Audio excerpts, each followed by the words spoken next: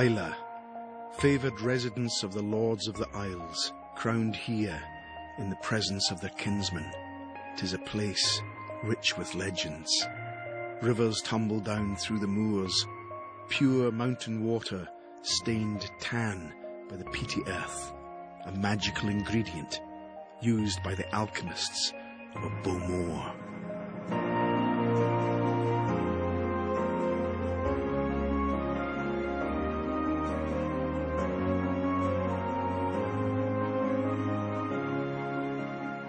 You couldn't get anything better than this. It's just beautiful. A nice place to be, safe place for your children to be. And, no? When you've lived here all your life, you appreciate the island. Back doors are never locked and your front doors are never locked. The distilleries do make it unique. You know, to my way of thinking from the other islands, it's not just sort of hills and stuff with, you know, wee crofts and stuff like that. The whiskey's the thing that makes, you know, it's the magic for me is the whiskey.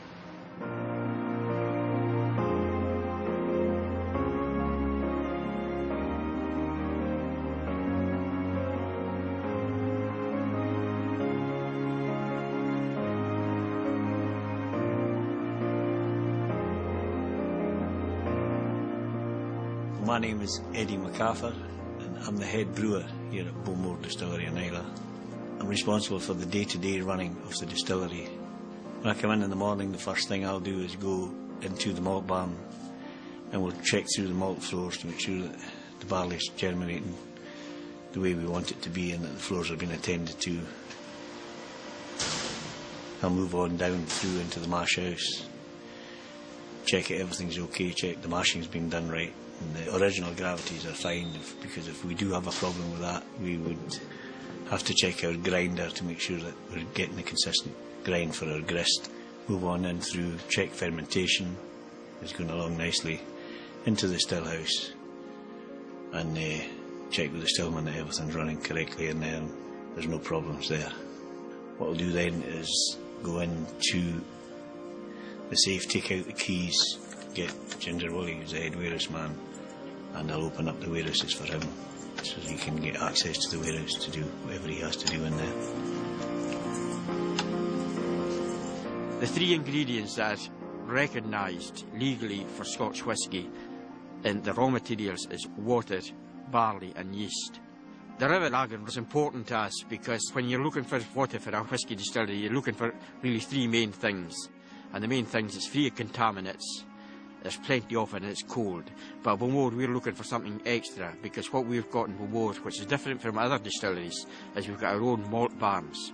So we need this water for steeping our malt.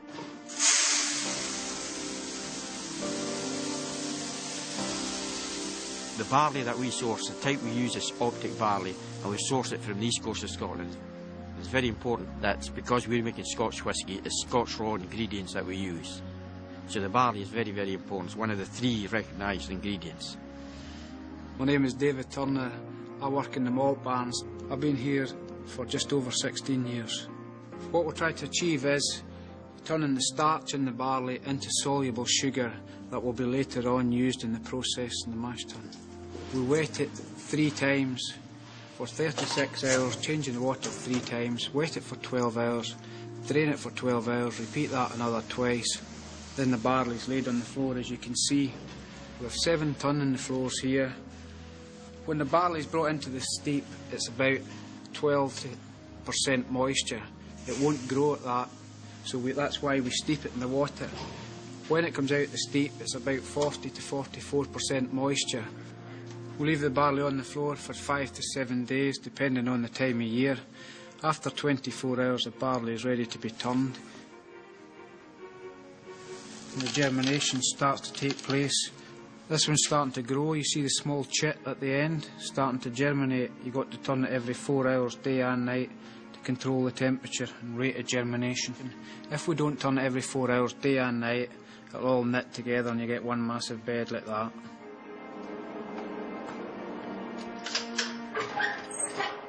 We burn the peats for 18 hours in Bowmore to get the flavour we want, and then it's dried. It's in the kiln altogether for 60 hours. And when it's dried, down below 5.5%, The malt is then transferred to the malt bin in the malt deposit, where the mashmen use it as required.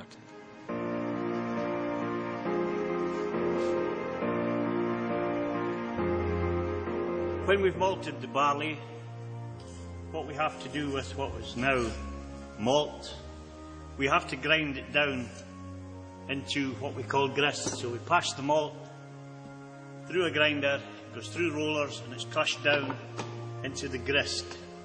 And that is the grist. The grist is what we pass through into the mash tun and mix it with the hot water. That's what the mash consists of. I'm Lewis Boyd, I'm the mashman. This is the mash house. The malt comes through from the malt deposit, through the mill, it gets ground in the mill, comes through here into this bin here, where it goes in here, knitted with the hot water.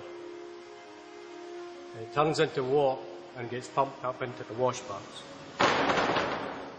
And after half an hour we add yeast, and then after 3 hours we put the second water on, and then 2 hours after that the wash back's in, and that's the mashing process finished.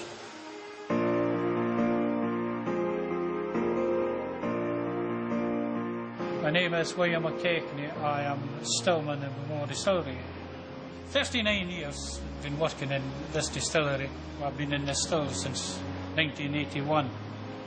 What's pumped to the wash bucket is worts, and it gets set in the wash bucket 17 degrees centigrade.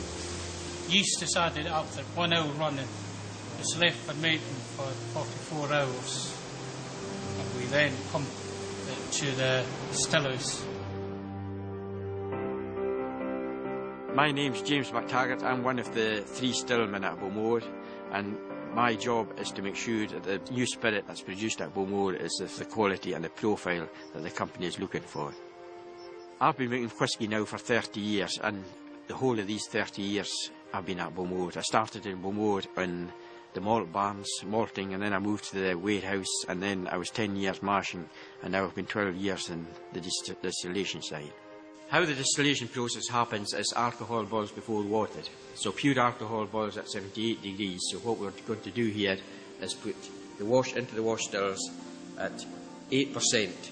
We boil it up, and it boils for about 7 hours. And we're boiling up the still, the vapours rise up the still into the condenser, down into our spirit safe.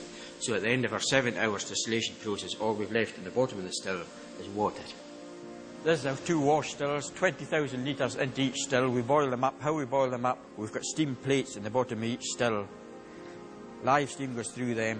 The live steam boils up the wash. Vapour rises up the still into the condenser, down the condenser, through into the spirit safe and into the low wines and faints tank. This is our spirit stills. We boil up our spirit stills.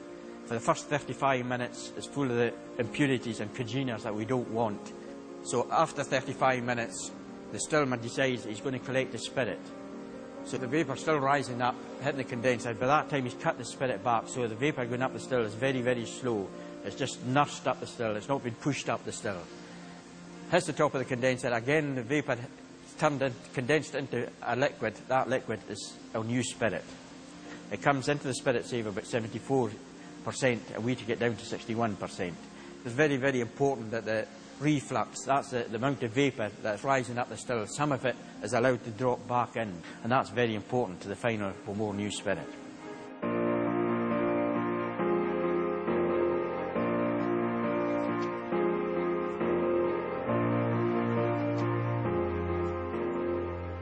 My name's Ginger Wally, and I'm the head warehouse keeper here at Bowmore Distillery, and I look after all the casks. You have to have good casks to put whisky in. If you've got good wood management, and if you've got good casks, and you've got good whisky going into it, you're going to get a really good whisky. You know, we get nice sherry casks from Spain and all these places, and after 5 years we can see the benefit of it, because there's lovely colour in the casks and such things, you know.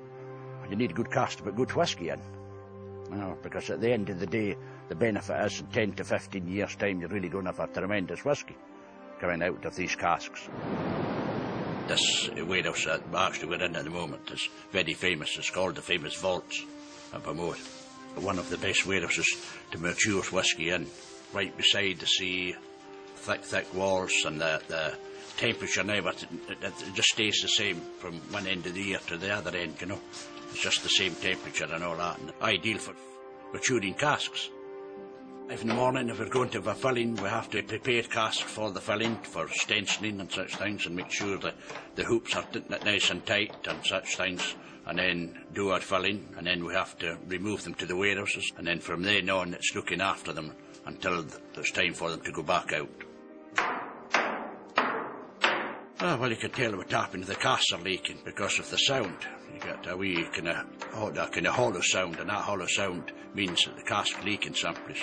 You might not notice it, but it could be dripping underneath or such things. So, and that's very traditional in here. The way we work, you know, we don't want to be too modern for this type of work, you know, because it's such ideal. There's lots of peat here, millions of years old, millions and millions of years old. And the growth, this new growth comes all the time. You need your peats for your flavour and such things, you know, and your barley and malt, so they use quite a bit. Bowmore Distillery has been in existence since 1779, and the turnover of staff through all these years have been very, very small, and you'll see that by the amount of experience that's in the distillery. It's important that the learning skills of how whisky is made is passed on from one person to another. And if you're going to a mechanical side where it's computer driven, these skills can be very easily lost. So it's very important for us that the skills are held by the men and not by machines.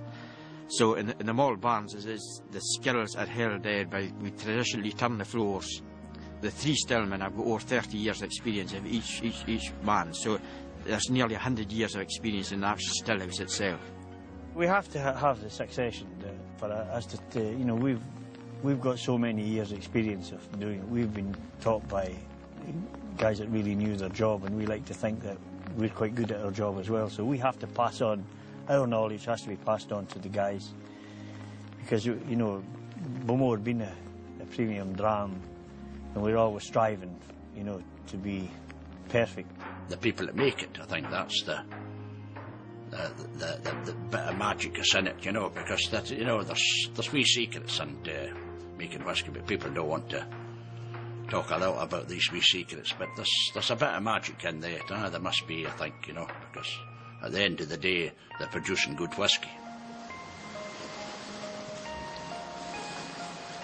Somebody's going to turn round in 10 or 15 years' time and say, that was tremendous whisky you had. Well, that's then you know we're really doing something right, when people can come back and say, that's good whisky and it's a great, you know, it's selling well all over the world and all that.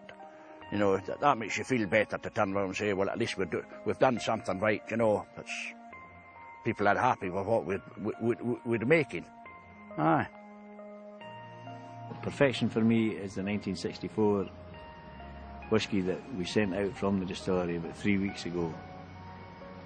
That whisky really is a benchmark that we have to set for ourselves to strive to reach with all the whisky that we're making.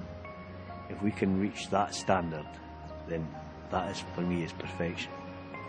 We see ourselves as just caretakers of the Bowmore spirit, and we're just passing it on in a moment of time to the next generation that's coming on.